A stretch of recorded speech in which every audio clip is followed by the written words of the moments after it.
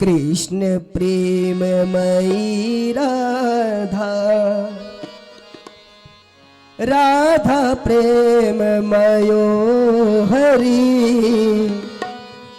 जीवने निधने नित्यं, राधा कृष्ण गतिर्मम, राधा कृष्ण गतिर्मम, कृष्ण प्रेममयी राधा, राधा प्रेम मयो हरि, जीवने निधने नित्यं, राधा कृष्ण गतिर्मम, राधा कृष्ण गतिर्मम।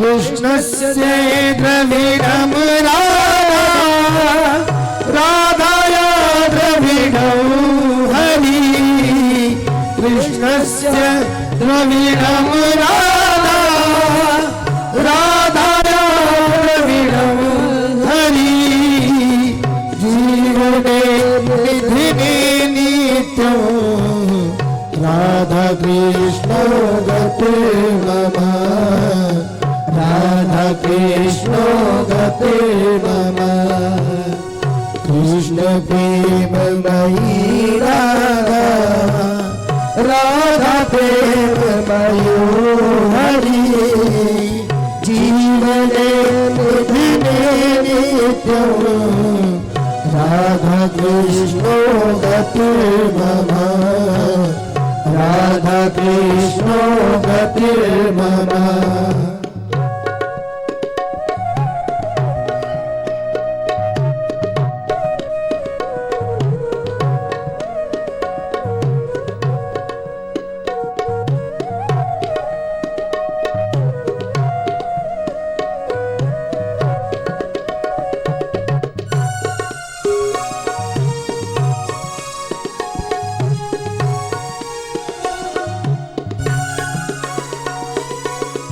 कृष्ण प्रेम मयी राधा, राधा प्राणमयो हरि, कृष्ण प्राणमयी राधा, राधा प्रेममयो हरि, कृष्ण प्राणमयी राधा, राधा प्राणमयो हरि, कृष्ण प्राणमयी राधा, राधा प्राणमयो हरि, जीवने निधने नित्यं, राधा कृष्ण गतिर्मम, राधा कृष्ण गतिर्मम, कृष्ण प्रेममयी राधा, राधा प्रेममयो हरि, जीवने निधने नित्यं, राधा कृष्ण गतिर्मम, राधा कृष्ण गतिर्मम।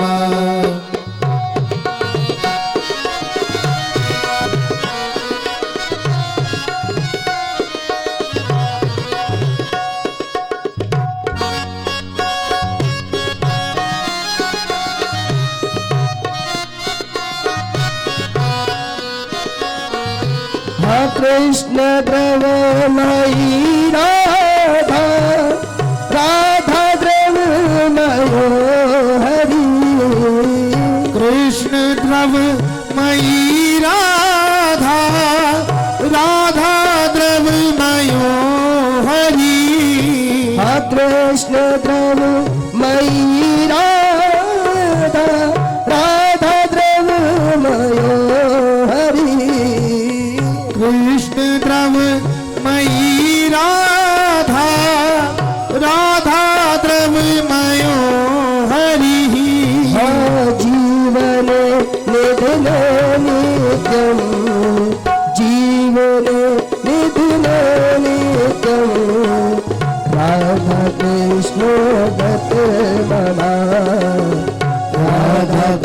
कृष्णो गतिर्मम कृष्ण प्रेममयी राधा राधा प्रेममयो हरि जीवने निधने नित्यं जीवने निधने नित्यं राधा कृष्णो गतिर्मम राधा कृष्णो गतिर्मम कृष्ण गृह स्थिता राधा राधा गृह स्थितो हरि कृष्ण ग्रह स्थिता राधा राधा ग्रह स्थितो हरि जीवने निधने नित्यं जीवने निधने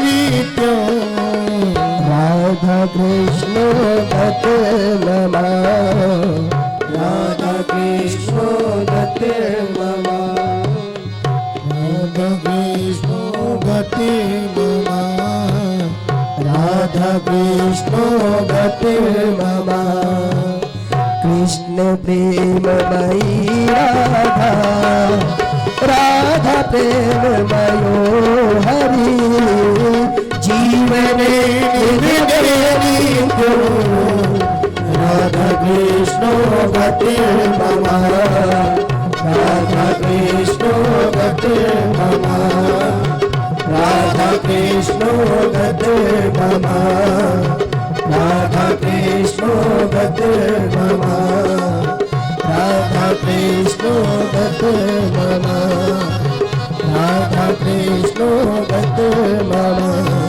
बोलिए वृंदावन बिहारी लाल की जय। हम सब लोग आज की मुख्य कथाओं में एक रास की कथा को सुनते हैं। देखिए, श्री कृष्ण के विषय में परीक्षित जी को भी असमंजस हुई। परीक्षित जी ने पूछा कि भगवान तो भगवान है, और फिर उनको क्या आवश्यकता थी गोपियों के बीच में खड़े होकर नृत्य करने की? क्या आवश्यकता थी ये सब लीलाएं करने की? माखन चोरी तक तो ठीक, पर परीक्षित जी को सुखदेव जी ने कहा, सुखदेव, भगवान अपने भक्तों की इच्छाओं को पूर्ण करने के लिए लीलाएं करते हैं, और ये रास को तो समझना बड़े बड़े मुनियों के वश में नहीं है। बड़े बड़े मनीषी विस्मृत हो जाते हैं। क्यों? ब्रिजवासी कहते हैं, मन में है बसी बस चाह यही, प्रिय नाम तुम्हारा उचारा करूं, और बिठला करके तुम्हें मन मंदिर में मनमोही निरूप निहारा करूं। भर के दीर्घ पात्र में प्रेम का जल, पद पंकज रोज पखारा करूं, और बन प्रेम पुजारी तुम्हारा प्रभु, नित आरती भव्य उतारा करूं। ये ब्रजवासियों की कामना है। वो कहते हैं, प्रभु, हम चाहते हैं कि हम आपका दर्शन करते रहे, आपकी आरती करते रहे। और रास के बारे में हमारे श्री हरिदास जी, जिन्होंने बांके बिहारी को प्रकट किया, वो कहते हैं, प्रथम पढ़े श्री भागवत भक्ति और भगवत की वाणी, द्वितीय आराधे भक्ति व्यास नव भांति बखानी, तृतीय कर गुरु समझी दक्ष सर्वज्ञ रसीलो, चौथे हो विरक्त बसे बनराज बसीलो, पांचे भूले देह सुध छठे भावना रास की, साते पावे रेति रस श्री स्वामी हरिदास की। ये 7 प्रमुख बिंदु हैं, 7 पद हैं, जिनको पार करके व्यक्ति रास की लीला को समझ सकता है। ब्रजवासी कहते हैं, वो क्या जाने रस का चस्का, नहीं कृष्ण से नेह लगाएगा जो, हरे कृष्ण वही समझेगा उसे, रसिकों के समाज में जाएगा जो। जो रसिकों के बीच में नहीं बैठता, उनको लगता है ये कृष्ण भगवान नहीं, ये कोई कामी पुरुष है। जब रास की स्थिति और रास की परिभाषा हमें गुणी संत जन समझाते हैं, तब हमें समझ में आता है कि कृष्ण कामी पुरुष नहीं, सचमुच भगवान है। आजकल के तो लोग, फिर बात वहीं आ जाती है, आजकल के लोग आर्ग्यूमेंट्स देते हैं, हाँ कृष्ण ने जब 16,108 शादियां की तो हम लोग क्यों नहीं कर सकते? अरे भाई, कृष्ण ने पर्वत भी उठाया है। आप एक ईंट को नख पे उठाकर देखो, पता चल जाएगा। बलवाह के बिहारी लाल की, उन्होंने अग्नि को अपने मुख में पान किया है, पूरे वन की। आप एक कपूर जलाकर मुख में 5 मिनट रख लो तो पता चल जाएगा। बुलबा के बिहारी लाल की नाम रखने से अच्छा है कि हम पहले कर्ता के कर्तापन को महसूस करें। हाँ, ब्रजवासी कहते हैं, प्रभु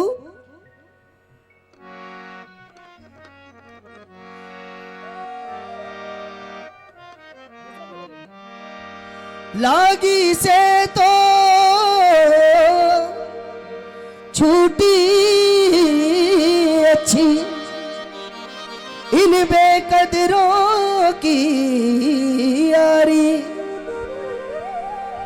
भला हुआ संग जल्दी छूटा, भला हुआ संग जल्दी छूटा, मेरी उम्र न बीती सारी, मेरी उम्र न बीती सारी, जहाँ श्री राधा जी संग में रमण करो प्यारे, जहाँ श्री राधा जी संग में रमण करो प्यारे, वो जमुना जी का किनारा, वो कुंज रे प्यारे, वही हमें भी बसा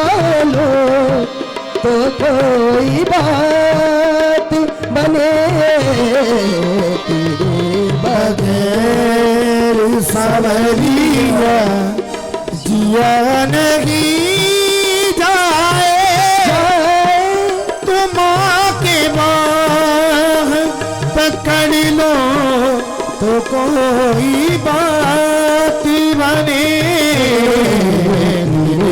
बगैर सावरिया।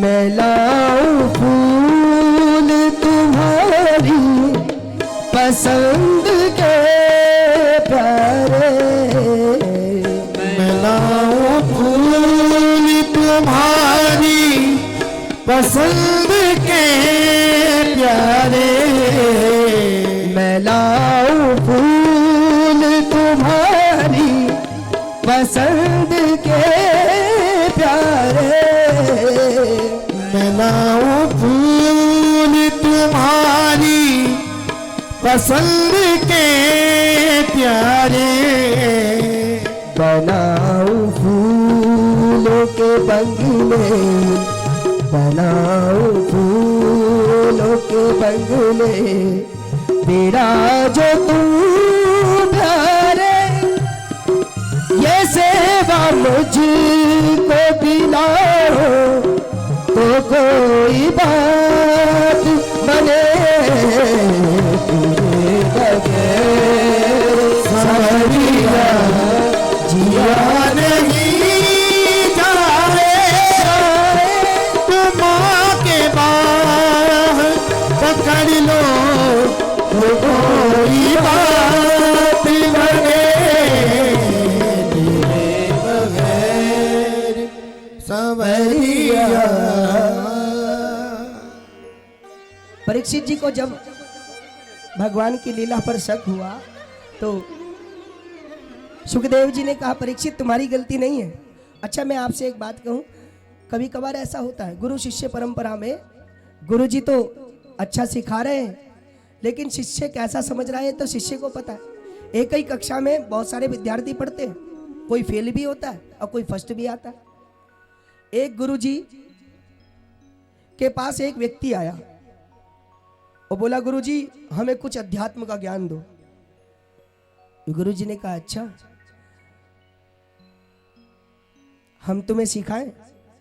बोले, बेटा रामचरितमानस का ज्ञान देते हैं। वो बोले, ये तो छोटी मोटी बात है, रामचरितमानस घर घर में पढ़ी जाती है। अरे ये तो बहुत, हम सब जानते हैं, राम जी का जन्म हुआ और फिर उन्होंने बाल लीलाएं की, उसके बाद भगवान बड़े गए और फिर जनकपुर गए, विवाह हुआ, हरण हुआ, ये सब जानते हैं। गुरुजी सोचने लगे फिर इसको हम क्या सुनाएं? बोले, बेटा भागवत। बोले, भागवत में हम सब जानते हैं, श्री कृष्ण ने लीला की, माखन चोरी की और राक्षसों का वध किया, सब जानते हैं, हम सब जानते हैं। गुरुजी सोचने लगे ये चेला नहीं, ये तो कोई गुरु ही मिल गया। गुरुजी बोले, बेटा गीता चलेगी?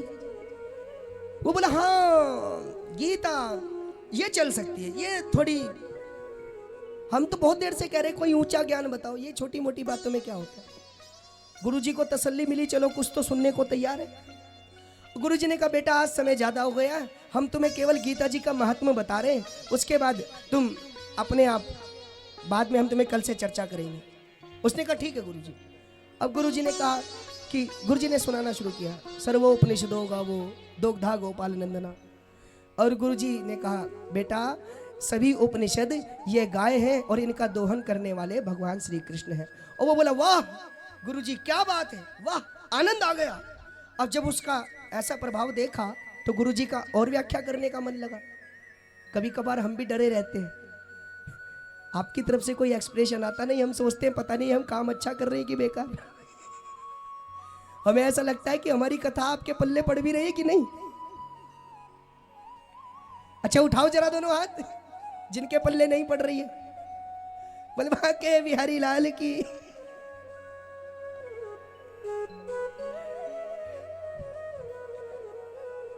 अब चेले ने जब प्रदर्शन दिया तो गुरुजी ने व्याख्या थोड़ा लंबा कर दिया। ऐसा ही होता है, अच्छा है आप एक्सप्रेशन नहीं देते, वरना अभी आरती 7 बजे हो रही, फिर 10 बजे होगी। हाँ फिर व्याख्या लंबी हो जाएगी ना।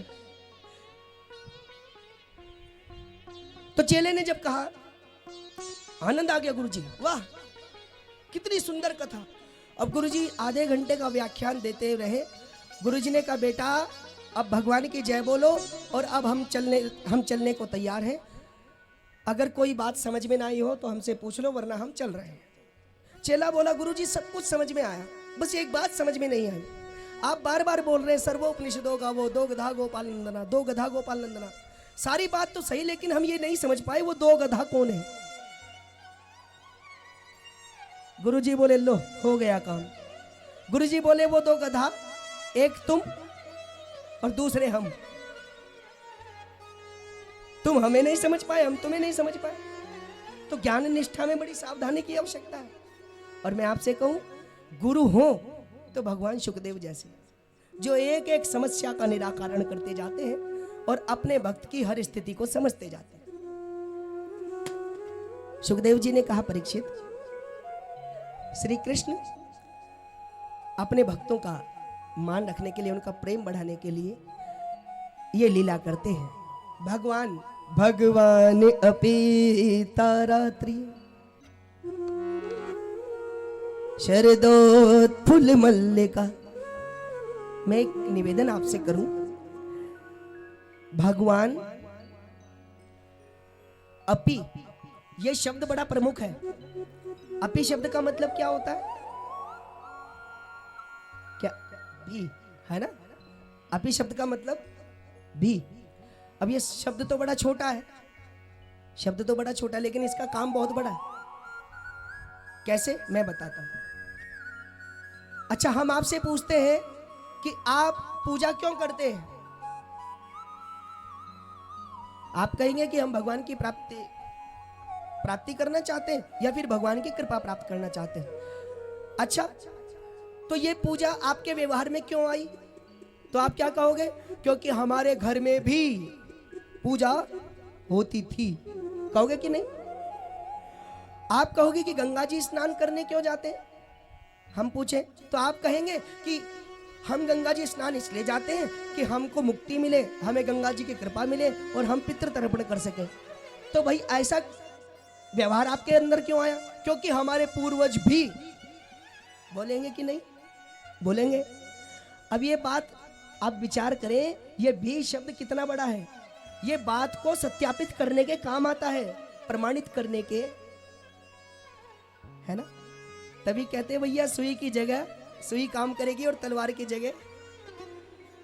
ये पूरे श्लोक में ये अपि शब्द जो है ये इस श्लोक को बनाने का काम कर रहा है। अगर ये श्लोक ना हो तो ये अपि शब्द ना हो तो मुझे लगता है कि इस श्लोक का कोई महत्व ही नहीं है।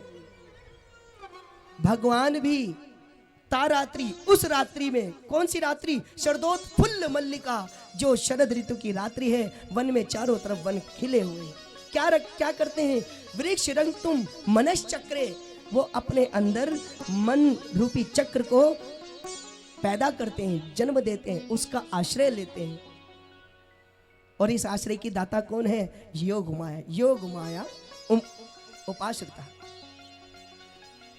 भगवान ने योग माया का आधार लिया और आज बंशी मैया से प्रार्थना की, बंशी जी हम आपकी इतनी सेवा करते हैं, तुम ऐसा स्वर बजाना कि आज ब्रिज मंडल में जितने भी मेरे प्रेमी हैं वो सभी आज मेरे पास मेरे दर्शन को आ जाए।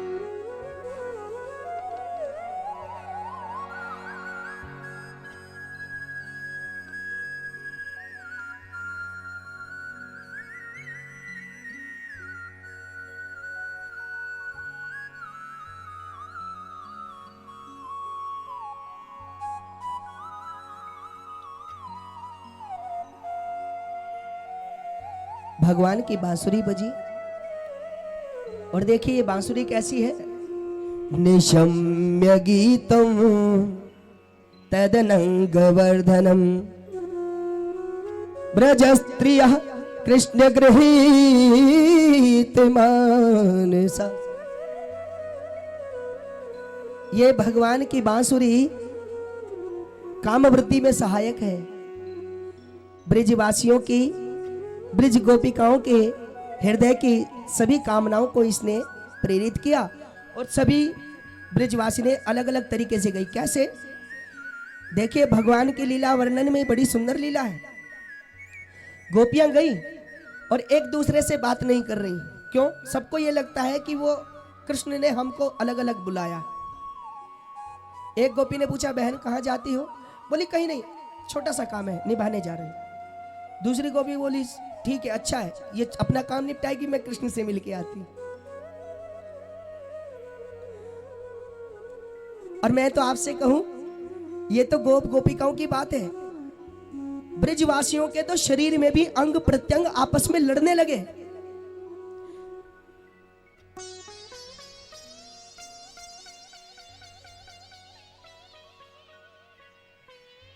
नंदनानंद लाल निहार लिए जब से निज देह लगे संभारन दे। ये शरीर भी कहने लगा भैया मुझे तुम्हारे साथ नहीं रहना, आत्मा को बाहर निकालो, मुझे तो कृष्ण के पास जाना। धरि धीरज बोल उठी बरनी, पद नीरज की रज झारण दे। पुत्री कहे सामने से हट जा, असुआ कहे पाए पखारण दे। ये आंखों की जो पुतलियां है ना, ये पलकों को कह रही है सामने से हट। पलक ने कहा क्यों? कहा तू झपकती है तो कृष्ण का दर्शन मुझे नहीं होता। मैं चाहती हूं अपलक देखना, और तू बार बार झपकती रहती है तो कृष्ण के दर्शन में विक्षेप पैदा होता है। ये शरीर भी लड़ रहा है आपस में, है। नैनन कहे पाँव पखारन दे। नैन, ये आंसू कहते हैं, अश्रु कहे पाँव पखारन दे। अश्रु कहते हैं भैया हम ये टपक टपक के भगवान के चरण पे गिरना चाहते हैं, जिससे भगवान के चरणों को हम धो सके। और इतना ही नहीं, पल के कहे मूंदिल नैनन को। ये पलके कहती हैं कि मैं कौन सा तुम्हारे बीच में आना चाहती हूँ, मैं चाहती हूँ कि बंद हो जाऊं। क्यों? कि मैं भगवान को एक बार अपनी आंखों में कैद कर लेना चाहती हूँ। तो शरीर भी झगड़ा कर रहा है। और निशम्य गीतम तदरंग वर्धनम, काम वृद्धि में सहायक है। ये सभी गोपियां इकट्ठी होकर के भगवान के पास पहुंची, मानो भगवान से कहना चाहती हैं, जमुना किनारे मोरी ऊंची हवेली,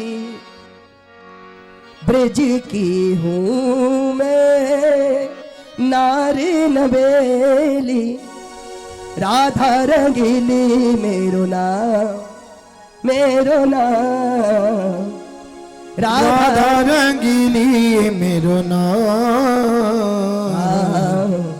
सावरे आ जाइयो सावरे, सावरे आ जाइयो सावरे। सभी गोपियां पहुंची, भगवान ने इनका स्वागत किया। स्वागतम वो महाभागा प्रियम किम करवान ब्रजस्यानामयं कचित् ब्रूता गमन कारणम। हे गोपियों, तुम अपने आने का कारण बताओ, मैं तुम्हारा स्वागत करता हूँ। क्या तुम इस जंगल में चांदनी रात को देखने आई हो? क्या तुम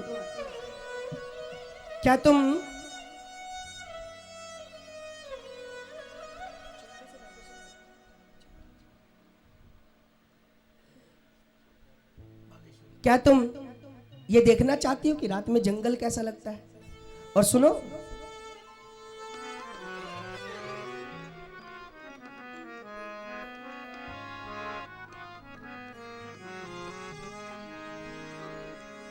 मातरा पितरा पुत्रा भ्रातरा पतयश्चव। माता पिता पुत्र भाई बंधुओं को छोड़कर आना, वन में विचरण करना, ये एक भाग्यवती स्त्री का काम नहीं है। और सुनो, तुम्हारे परिवार में यदि कोई बीमार है, कोई परेशान है, या तुमसे व्यवहार नहीं मिलता, तो भी तुम्हें उसका साथ देना चाहिए। क्यों? ये गोपियां कैसे गई हैं भगवान के दर्शन करने? तो रास पंचाध्यायी में बहुत सुंदर वर्णन मिलता है। ब्रज रसिक लीला में इसका दर्शन कराते हैं। गोपियां कैसे गई? कोई तो अपने पति को भोजन करा रही थी, उसने रोटी मांगी इधर और वो घर से बाहर गई उधर, वो रोटी मांगते ही रह गए। कोई स्त्री अपने बालक को स्तनपान करा रही है, दुग्ध पान करा रही है, वंशी चुनी तो बेटे को बेड पर रखा और छोड़कर चलती बनी। और कोई स्त्री श्रृंगार कर रही है, श्रृंगार करते करते होठों पर लगाने वाला श्रृंगार आंखों पर लगा लिया और आंखों पर लगाने वाला श्रृंगार होठों पर लगा लिया।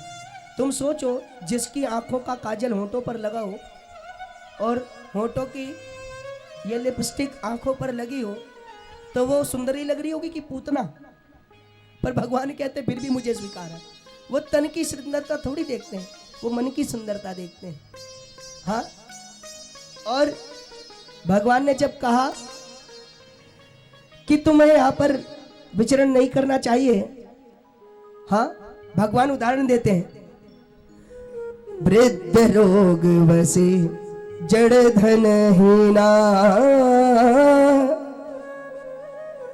अंध बधिर क्रोधी अति दीना,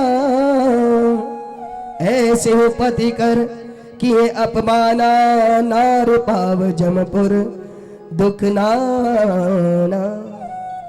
अंधे पति को, धनहीन पति को, रोगी को, ऐसे पति को छोड़कर कोई स्त्री आए तो वो स्त्री सीधे नरकगामी होती है।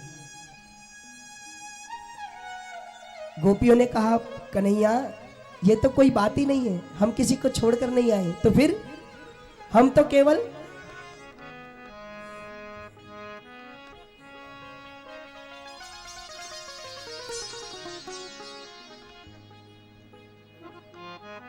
नंद का लाला ब्रज का उजाला बोलावे मोहे गोकुल की नगरी बुलावे मोहे गोकुल की नगरी नंद का लाला ब्रज का उजाला नंद का लाला बांसुरी वाला बुलावे मोहे गोकुल की नगरी बुलावे मोहे गोकुल की नगरी नंद का लाला बांसुरी वाला नंद का लाला बांसुरी वाला बुलावे मोहे गोकुल की नगरी बुलावे मोहे गोकुल की नगरी बुलावे मोहे गोकुल की नगरी बुलावे मोहे गोकुल की बुलावे मोहे गोकुल की नगरी जय हो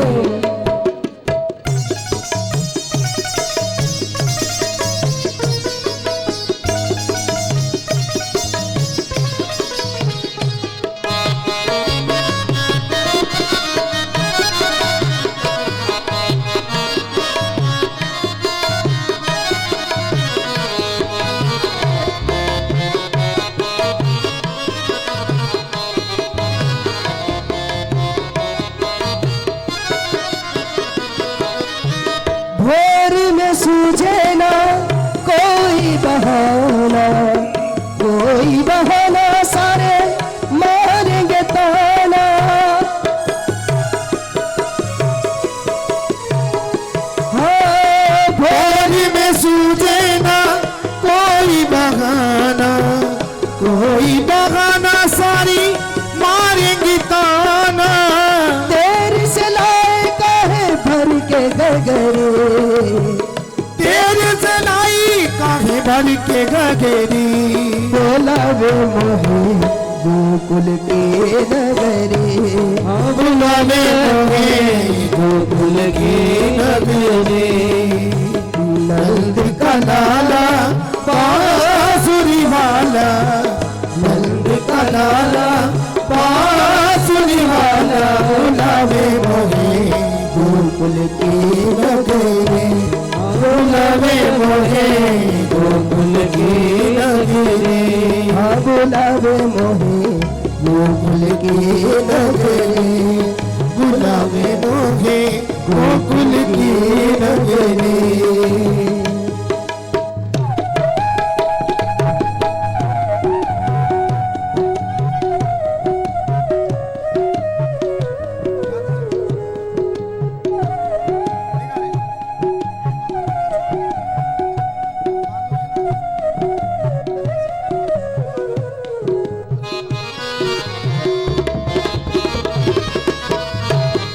बोलावे मोहे गोकुल की नगरी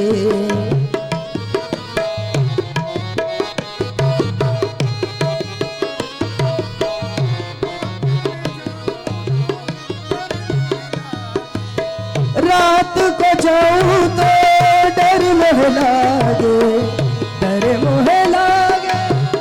जग सारा जागे रात में जाऊं तो डर मोहे लागे सारा जग ये जागे दिन में जाऊं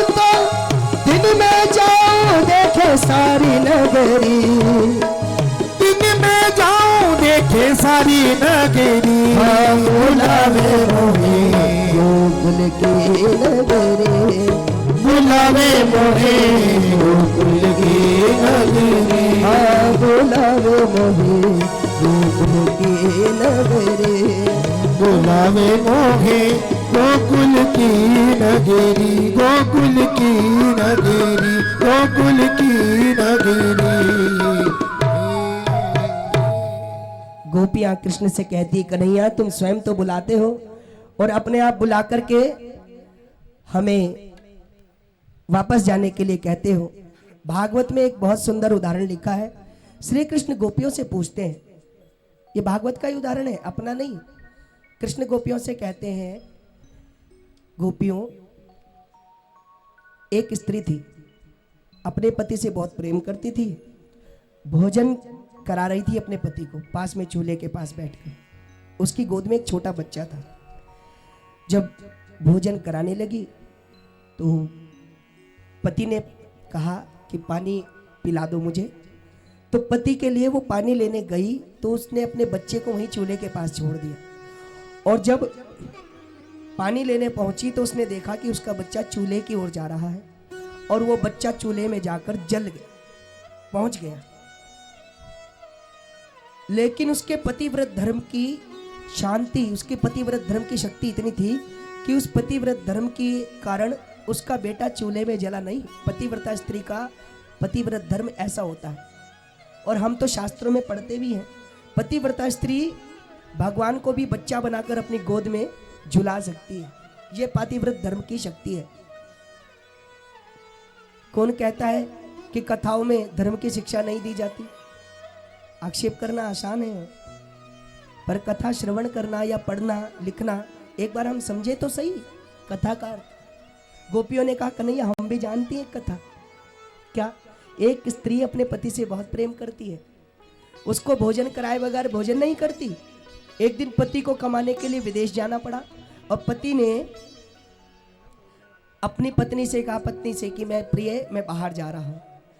पत्नी ने कहा, मैं जीवित नहीं रह पाऊंगी, मैं तुम्हारे बगैर एक सेकंड भी जीवित नहीं रह सकती, तुम्हें भोजन कराए बगैर भोजन नहीं कर सकती। पति ने कहा, तुम मेरे चित्र को रखो, जब तक मैं ना आऊं मेरे चित्र को तुम मेरा स्वरूप मानकर भोग लगाना और भोजन कर लेना। एक दिन पति दरवाजे पर आ गया और पत्नी पति की चित्र को भोग लगा रही थी। पति ने दरवाजा की सांकल खटखटाई और आवाज लगाई। पत्नी ने पूछा, कौन?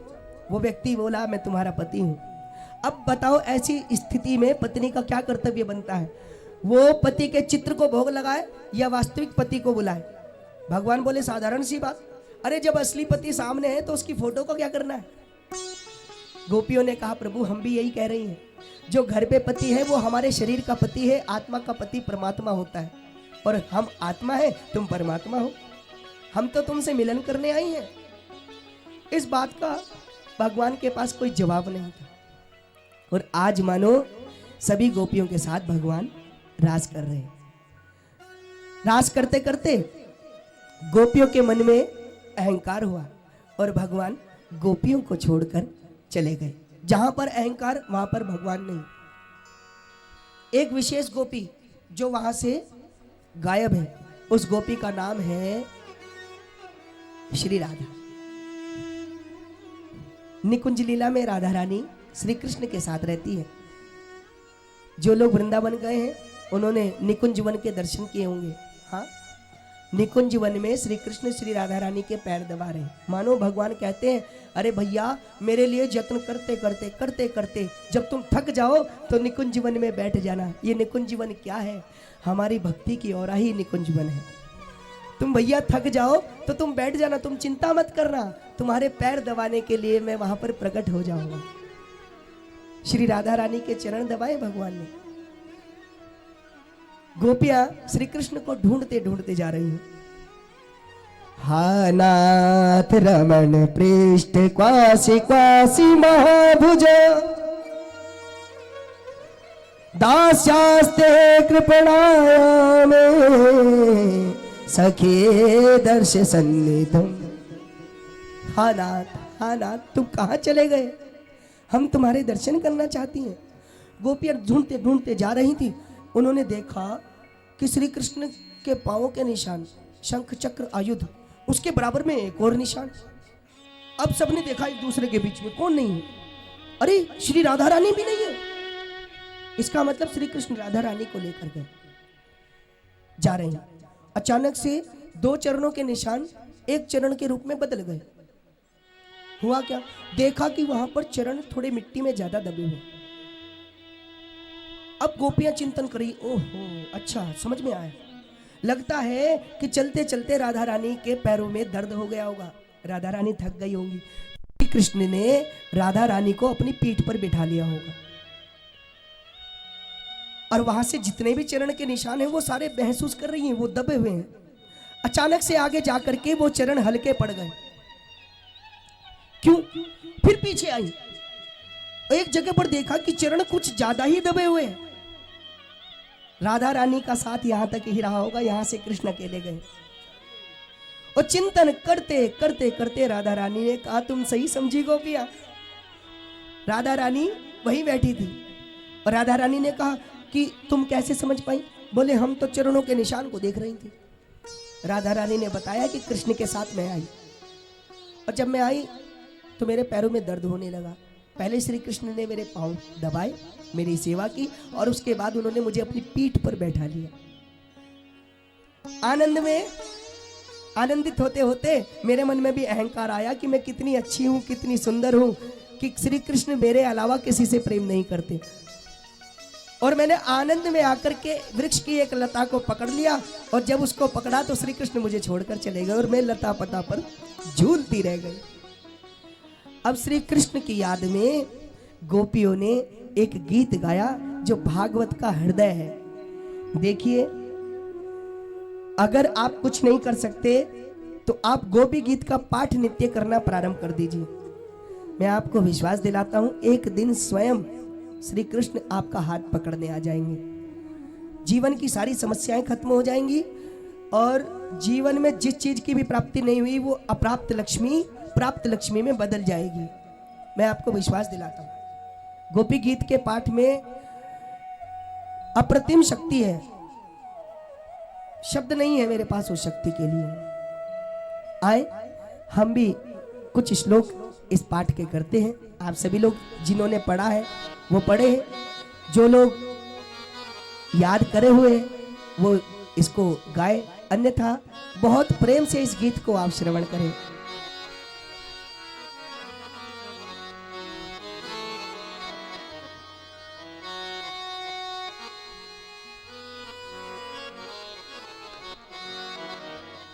जयति तेधिकं जन्मना ब्रजा श्रयत इंदिरा शाश्वतत्र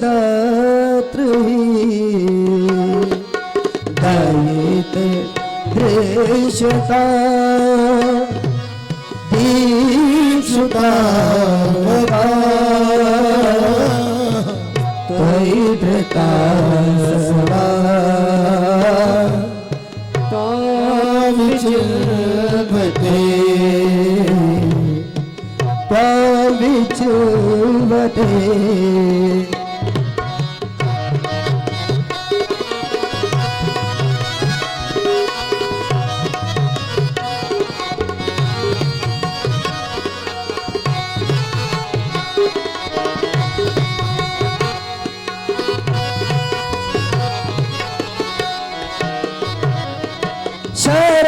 शरदुदास साधु जात सरसी जो नर श्री मुषादृश सुरनाथ ते अशुल्क दासिका वरदने नटो नेह किं वद विष जलाप्यय व्याल राक्षसा वर्ष माता बेभूतानला विश्वमया तुझा विश्व तो भया ऋषभते वयो रक्षिता मुहुः न खलु गोपिका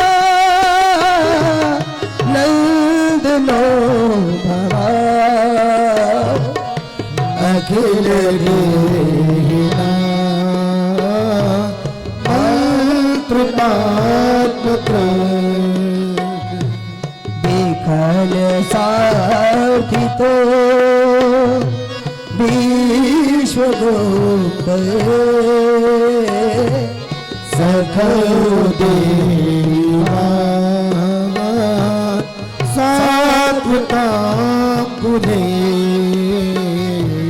विरचिता भयो कृष्ण धोयते चरणले उषा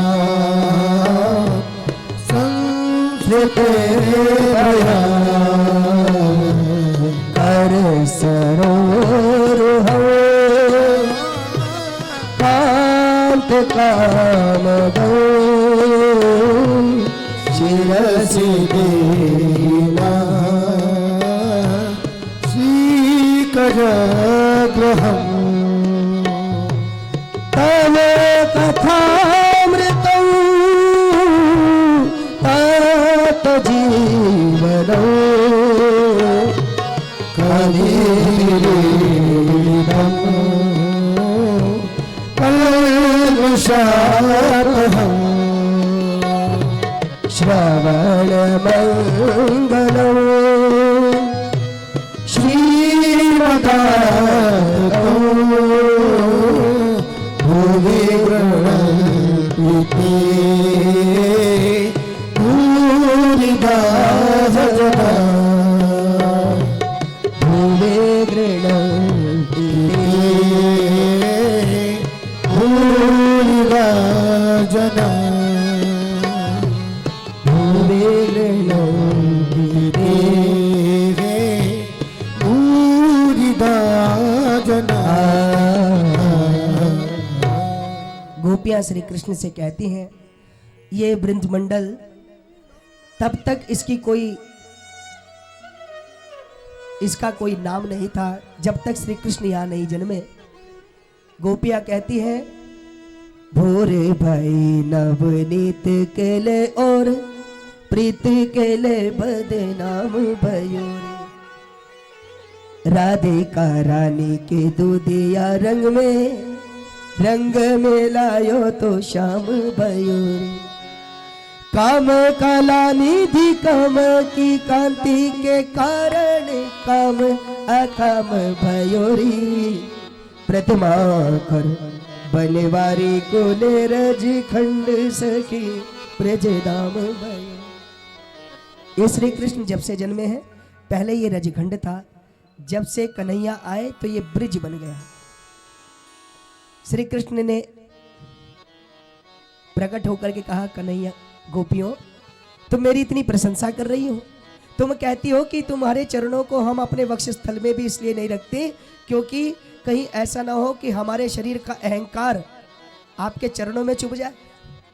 हाँ तुम इतना प्रेम करती हो तो प्रेम करने वाले को तो याद में मर जाना चाहिए।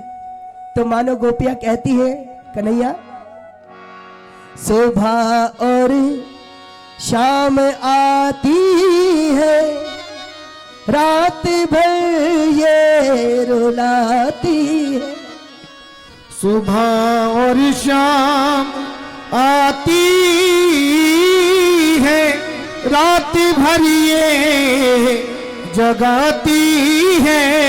चैन हम को नहीं आता चैन हम को नहीं आता बताओ क्या करे मोहन तुम्हारी याद आती है बताओ क्या करे मोहन। ये तुम्हारी कथा रूपी याद हमें मरने नहीं देती। तब कथा मृतम श्रवण मंगलम। भगवान बोले गोपियों तुम्हारे इस प्रेम भरे गीत के कारण मैं तुम्हारे बीच में आया हूं। क्यों? अगर ना मैं जाता तो तुम इस गीत को ना गाती, और ये गीत को तुम ना गाती तो दुनिया के लोग इसको गा गा कर अपना उद्धार ना कराते। अब भगवान श्री कृष्ण दो दो गोपियों के बीच में एक श्री कृष्ण, और अब सुंदर रास लीला हो रही है। आज दर्शन करें सुंदर रास मंडल के सभी लोग।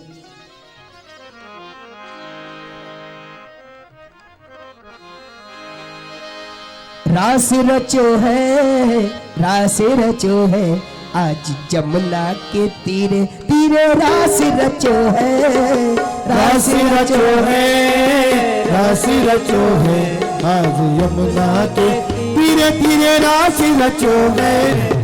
रास रचो, रास रचो, रास रचो है, आज जमुना के तीरे तीरे रास रचो है, रास रचो है, रास रचो है, आज यमुना के तीरे तीरे रास रचो है। राधा नाचे कृष्ण नाचे, हाँ नाचे, राधा नाचे कृष्ण नाचे, नाचे हो नाचे नाचे, राधा नाचे कृष्ण नाचे, नाचे गोपी जल, नाचे गोपी जल। मन मेरा बन गयो रे सखी पावन वृंदावन, हाँ मन मेरा बन गए सखी पावन वृंदावन, हाँ मन मेरा बन गयो रे सखी पावन वृंदावन, हो मन मेरो बन गए सखी पावन वृंदावन। यहाँ रास रचो है, रास रचो है, आज जमुना के तीरे तीरे रास रचो है, रास रचो है, रास रचो है, आज यमुना के तीरे तीरे रास रचो है। रास रचो, रास रचो, रास रचो है, आज जमुना के तीरे तीरे रास रचो है, रास रचो है, रास रचो है, आज यमुना के तीरे तीरे रास रचो है। रास जय हो।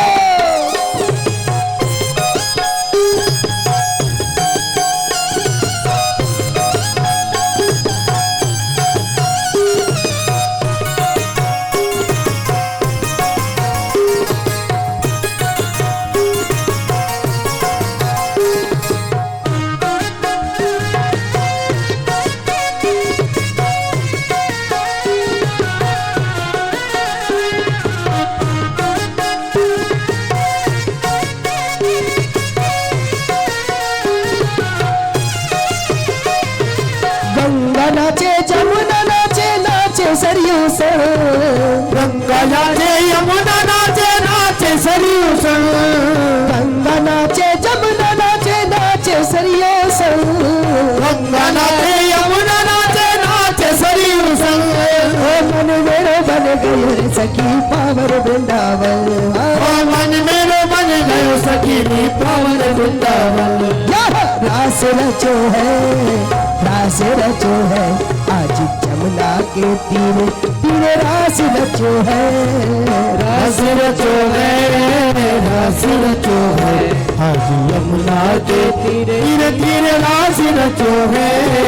गोकुल में देखो, वृंदावन में देखो, गोकुल में देखो, वृंदावन में देखो रे, हाँ बंशी बाजे रे, श्याम संग राधा नाचे रे, श्याम संग राधा नाचे रे।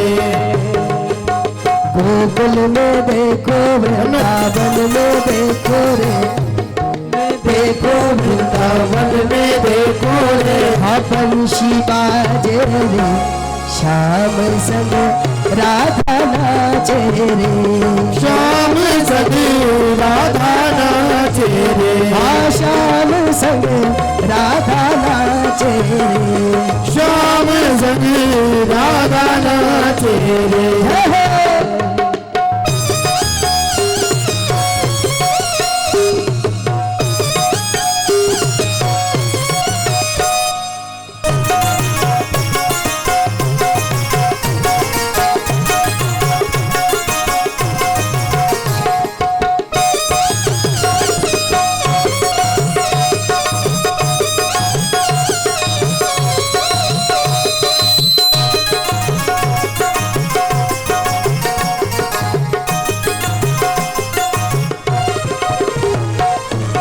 बंशीवट पर जमुना तट पर काला रास रचाए, बंशीवटी पर यमुना तट पर कान्हा रस रचाए गोपी बनकर आए, गोपी बनकर शंकर आए ओ गोपी बनकर शंकर आए गोपेश्वर कहलाए ओ गोपी बनकर शिव जी आए गोपेश्वर कहलाए डम डम डमरू बाजे कान्हा की मुरली पर, डम डम डमरू बाजे कान्हा की मुरली पे, डम डम डमरू बाजे कान्हा की मुरली पे, सब जग नाचे रे। कन्हैया जी रास में प्रकट हुए, बहुत देर हो गई। वहां की गोपियां भी कन्हैया का फोटो सेशन कर रही थी। बोल वाके बिहारी लाल की